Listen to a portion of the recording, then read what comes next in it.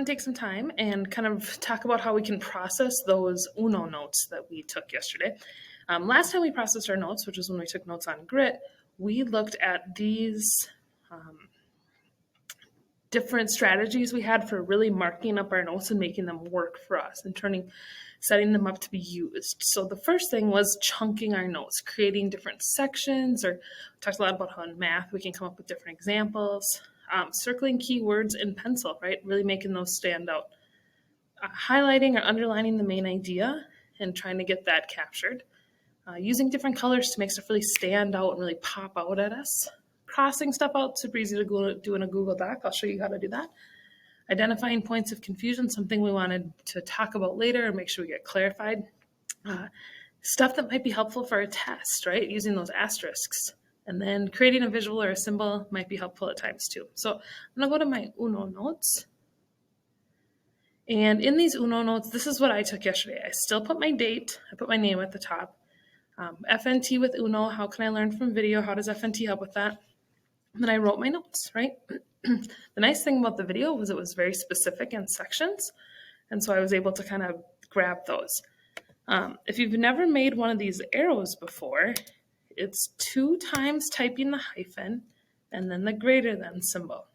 And then if I push the space bar, or if I move off of my 2 hyphens and then the greater than symbol, it will set it up into an arrow. So I'm looking at these notes. Right now, my notes are chunked pretty well, but I might want to either number them or, especially if it was a process, or I might want to bold them to make that stand out. So speaking of bolding, there's some things I'm going to bold to kick things off. I'm going to bold my topic and my essential question, and I might even make it a little bit bigger font, right? So there's lots of great ways to modify your text up here. We'll talk more about that. So I've got that. Mine's pretty well chunked as I'm looking at that. So some other things. Where are some keywords maybe? Well, to me, getting rid of my cards, that's the key, right? So I'm going to use the highlighter. Right? This is the highlighter. I'm going to highlight that yellow. Another key piece of information that I think might be helpful to highlight is keeping your cards hidden. Don't show anyone your cards. That was hard in the video because they were talking and wanting to model how to play, but we really want to keep our cards hidden. Another thing that's probably important is what do I do if I can't match the cards? I'm going to highlight that. I'm using yellow for my highlighter, but you have all these choices. Now there's good choices, yellow, orange, some of these top rows of colors. Then there's bad choices. Don't highlight with this purple. Now I can't barely read it. So I'm going to undo that. Some things on how to keep score. Winner gets the points and the goal is 500. It's always good to know how you win. I'm going to make that orange with my highlighting. Notice I'm not highlighting everything. I saw some of your notes and some of you love to highlight, whether you're reading, marking the text, or you're doing your notes. Only key words, key ideas should be highlighted. And then there were some final rules at the end. Okay, so there's some highlighted things that I wanted to make stand out. Now, as I'm going through my notes, there's some things that I remember, right? 7 cards, one at a time. The rest go in the middle. The top gets flipped up. There were some rules about the top, right? Because the player to the left of the dealer. I'm going to add some stuff. So I'm going to change my text color. I'm going to make it green. I don't know why green just felt right. Okay, so as I'm looking at this, I want to say that if a skip is played, skip first player. If reverse is, because I'm remembering things that I heard, if reverse is played, play starts backwards. If some of those wilds are played, I don't totally remember. So this might be a place where I put some question marks and then I ask someone sitting in class, hey, what happens with a wild? Or it's a video. I can go back and watch the video. There was another place where I wanted to add some ideas. Right here, this play goes clockwise. We just talked about a case where that doesn't happen. I'm going to go back in here with my green. I'm using green to add text. And I'm going to say, unless it is reversed, have to keep track of what's happening, right? If something weird happens, we got to be able to be on it. That's a great way to make sure we're talking to our partner. Oh, I missed something. If only one card left, yell Uno. That is so important. Let me bold that or highlight that with my orange so that stands out. Okay.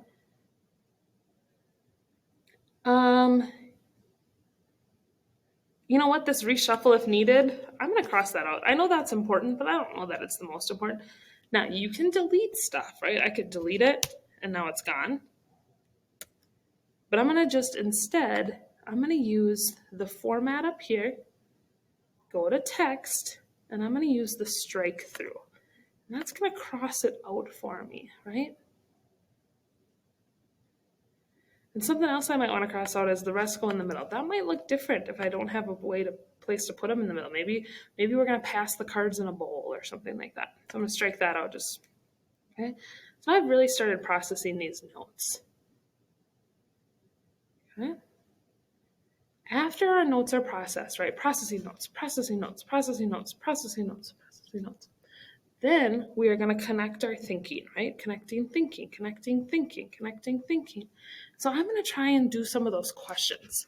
If you use the Cornell template, you have a beautiful left side column ready to rock. I didn't do that. I typed right into a Google Doc, and I'm picturing that maybe one of your teachers might just give you a Google Doc to type into for notes or for questions on something. So here's what I'm going to do. I am going to highlight somewhere where I want to add a question, and I'm going to say my question over here. And I'm going to say, have I played games like this before? Or maybe I'm going to say, how is this like spoons? Or what's another card game? Or slapjack. If you haven't played either of those, let me know, and we will definitely have to make time to do that sometime. So I'm going to comment that. Now look, my questions, they're not on the left side, but they're definitely on the side, which is super nice. So there's one of my questions. And maybe these cards. And here's a question I have. Is there a strategy for what card is best? Okay. Right? Maybe is there a good time to play a skip? Is there a good time to play my reverse card? Is there I can't see what the person next to me has unless I know they have Uno. But even then I don't know what the card is. But is there a strategy? So there's some questions on the right hand side. And I maybe could have added more, but I'm gonna pause there. Because after we connect our thinking from our brain to our Chromebook, right? Brain to notes. The last thing is to summarize and reflect. Summarize and reflect, summarize and reflect, summarize, right? I'm reflecting this information, okay? So summary, usually we do that at the bottom. So here's what I'm gonna do. I'm gonna go down to the bottom. I'm gonna center it, right? Partially because my giant face is in the corner, but partially because then it really sets apart from everything else. Now I'm gonna start typing. Remember when I did that strike through? I need to change that. So I'm gonna highlight that, go to format, and turn that off. I definitely do not want my summary to be crossed out. So I'm gonna bold it, okay? Now, how can I learn from a video how to focus notes help with that, okay? So FNT, whoops, let's try sometime. FNT can help me learn from videos because I can recreate important parts from the video without having to watch it over and over. It also helps me so that I have a quick way to reference the information. By processing and adding questions, I make my notes so that they have meaning for me. Okay, there's my summary. It's nothing outstanding. That's my summary. Notice I bolded it so it really stand out, right? My essential question was bolded at the top. My summary was bolded at the bottom. I'm going to play with the formatting a little bit to try and get this all on one page to make it a little easier to read, but now I can save it. So what I should do is I should move it into my drive.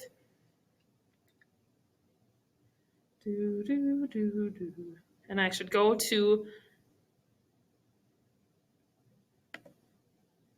my 2021 school year. And I'm going to put it in my Avid 9 folder.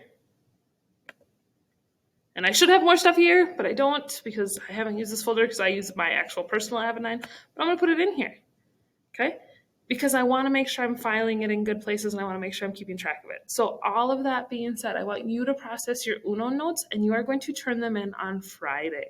So you got a little time to process them, but we're going to use them on Friday to apply some of our learning and then we're going to turn them in. So hopefully you've got really good notes ready to turn in. You are great people and please let me know what questions you have. I want to help you.